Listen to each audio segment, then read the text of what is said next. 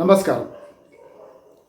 కాంగ్రెస్ పార్టీకి ఈ బీసీ రిజర్వేషన్ల గొడవ ఒక రకంగా కొరివితో తలగొక్కున్నట్లేనా అనే మాట వినొస్తుంది. ముందు చూస్తే నుయ్యి, వెనుక చూస్తే గొయ్యి. ఈ పరిస్థితి ఇప్పుడు దాపురించింది. ఇటీవల నిన్నగాక మొన్న హైకోర్టు తీర్పు ఇచ్చిన ప్రకారం సెప్టెంబర్ 30వ తేదీ లోపల ఎన్నికల ప్రక్రియ పూర్తి కావాలి. దానికి ముందుగా రాష్ట్ర ప్రభుత్వం అడిగిన నెల రోజుల గడువు ఇచ్చుకుంటూ ఈ నెల రోజుల్లో అంటే మన 25 నాడు తీర్పు వచ్చింది కనుక 25 జూన్ 25 జూలై లోపు మ్యాక్సిమం ఇంకో 2 రోజులు అటు ఇటుగా మొత్తం మీద ఈ రిజర్వేషన్ల ఖరారును రాష్ట్ర ప్రభుత్వం చేయాలి. ఆ తర్వాత 2 నెలలు 60 రోజుల గడువు ఎలక్షన్ కమిషన్కి ఉంది. ఈ మొత్తం కలిస్తే దాదాపు 97 రోజుల గడువు ఇచ్చి 3 నెలల గడువు అన్నదిగా 5 రోజుల ముందు ఉంది. తర్వాత జూలై ఆగస్టులో 2 రోజులు ఎక్కువ వస్తాయి. 31 జూలై 31 ఆగస్టు కనుక అది కలుపుకుంటే 97 రోజుల గడువు దొరికింది.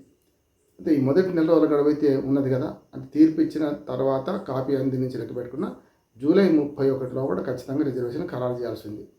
రిజర్వేషన్ ఖరారు చేయాలంటే మొదలు బీసీ రిజర్వేషన్లను చట్ట పద్ధతి కల్పించాలి. అది కల్పించలేని పరిస్థితి ఉంది. ఎందుకంటే కేంద్ర ప్రభుత్వం దగ్గర బిల్లు పంపినామంటున్నారు. ఆ పంపిన బిల్లు మేము పెండింగ్లో పెడతాం, సమస్య లేదు, అది ఆమోదించే ప్రసక్తి లేదని బీజేపీ అంటుంది. దానికి కారణం కూడా చెప్తుంది. బీజేపీ ఏమంటుందంటే, మీరు బీసీలు అంటే అన్ని వర్గాలు ఉన్న బీసీలు కలుస్తారు, కానీ హిందూ బీసీలు వేరు, ముస్లిం బీసీలు వేరు, మరి క్రిస్టియన్ బీసీల సంగతి ఏంది, ఎక్కడున్నారు వాళ్ళు? కనుక ఈ లెక్కలలో కులగణన చేసిన లెక్కలలో మీరు తప్పు చేశారు. బీసీలను చీల్చి మతపరమైన రిజర్వేషన్ చెల్లవు కనుక సమస్య లేదు. ఆర్డినెన్స్ ద్వారా కానీ మీరు చట్టం ద్వారా కానీ తెచ్చుకోలేరు. చట్టాన్ని మేము ఆమోదించము, మీరు పంపిన మన అసెంబ్లీ తీర్మానాన్ని ఖాతరు చేయకపోమని ఇప్పటికే కేంద్ర ప్రభుత్వం అంటుంది. దాంతోపాటు మంత్రులు వీళ్ళందరూ కూడా అంటున్నారు. కనుక అది వచ్చే అవకాశం లేదు.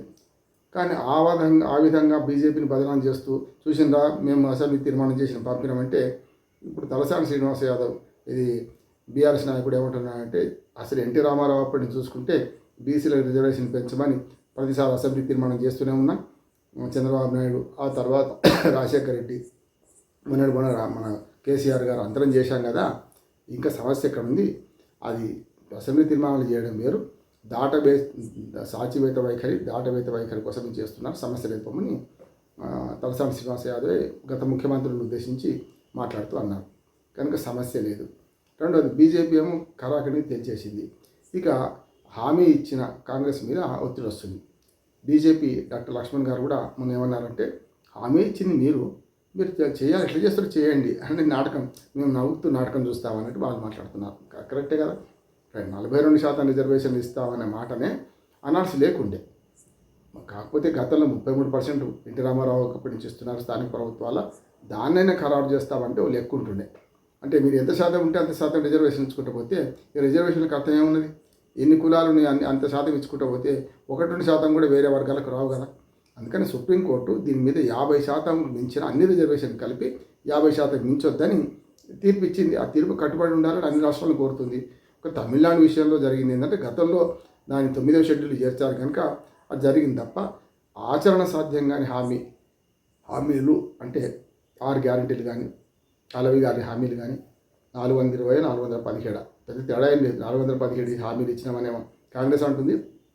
420 లెక్క కలిపి కొంచెం 420 అనే మాటను అనిపించడానికి ఏమో బీఆర్ఎస్ అంటుంది. అంతే తేడా తప్ప 3 హామీలు తేడా ఉంది. ఎక్కడ 3 ఇస్తే 30 అంటలేరు కదా.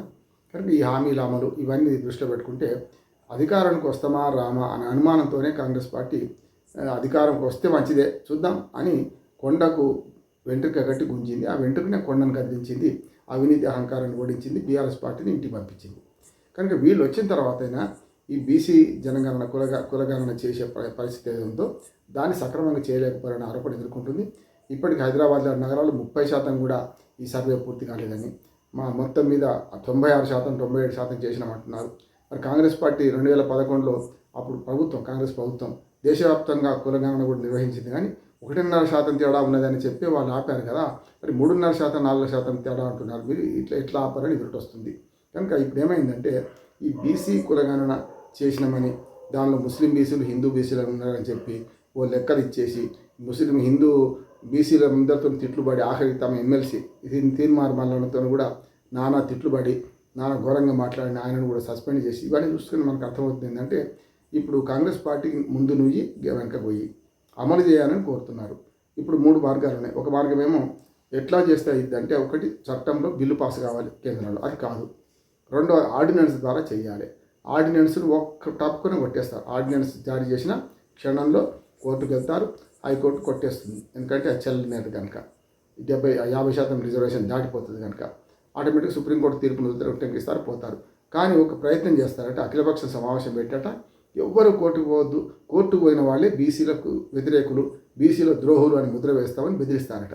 అంతే కదా జరిగేది అదే.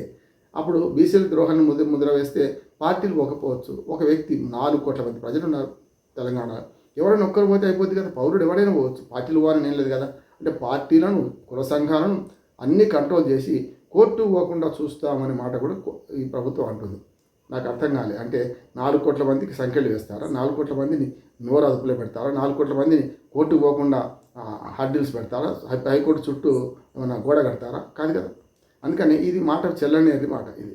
ఇక మూడోది ఒకటి ఏంటంటే ఆచరణ సాధ్యమైంది, వాళ్ళు అనుకున్నది చేయగలిగితే.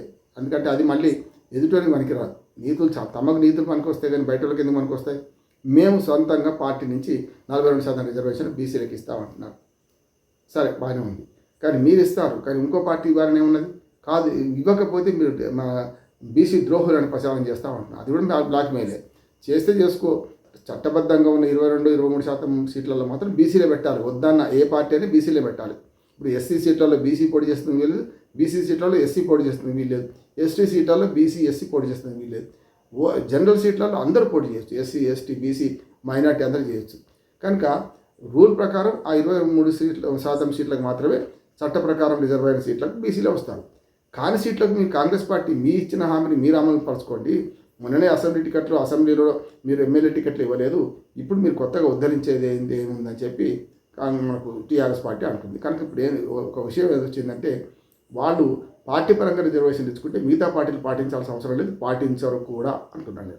ఇక సమస్య ఎక్కడ వస్తుందంటే అసలు సర్పంచ్ ఎన్నికలు, వార్డు మెంబర్ ఎన్నికలు పార్టీలే లేదు, టికెట్లు ఇచ్చేది ఎక్కడిది అంటే వట్టికుండా కడ కొట్లాడుతున్నారు. ఓటు తీర్పిచ్చింది ఈ 90 రోజులలో వార్డు మెంబర్లు, సర్పంచులు, పంచాయతీ ఎలక్షన్ మాత్రం జరపన్నది. అందులో రిజర్వేషన్ ప్రసక్తి ఎందుకు వచ్చింది? టికెట్లు లేవు, రిజర్వేషన్ లేవు కదా. టికెట్లు లేవు, టికెట్లు లేనప్పుడు ఎవరైనా ఇచ్చుకోవచ్చుగా. కనుక అది పెద్ద సమస్య కాదు, పార్టీ బీఫామ్ ఉండదు కనుక సమస్య కాదు. కానీ ఎక్కువ మంది బీసీలు పెట్టుకుందామని చెప్పుకోవడానికి మాత్రం పనికి వస్తుంది. అది కాంగ్రెస్ పార్టీ మొదలు ఆచరించి చూపిస్తే మిగతా వాళ్ళకి పాట వేసినట్టు, మిగతా వాళ్ళకి ఛాలెంజ్ చేసినట్టు ఉంటుంది. కనుక ఈ మొత్తం ముందు నుయ్యి వెనక పోయి కొరివితో తలగొక్కున్నట్టే ఈ కాంగ్రెస్ పార్టీ పరిస్థితి ఉంది. ఏం చేస్తారో చూద్దాం. నమస్కారం.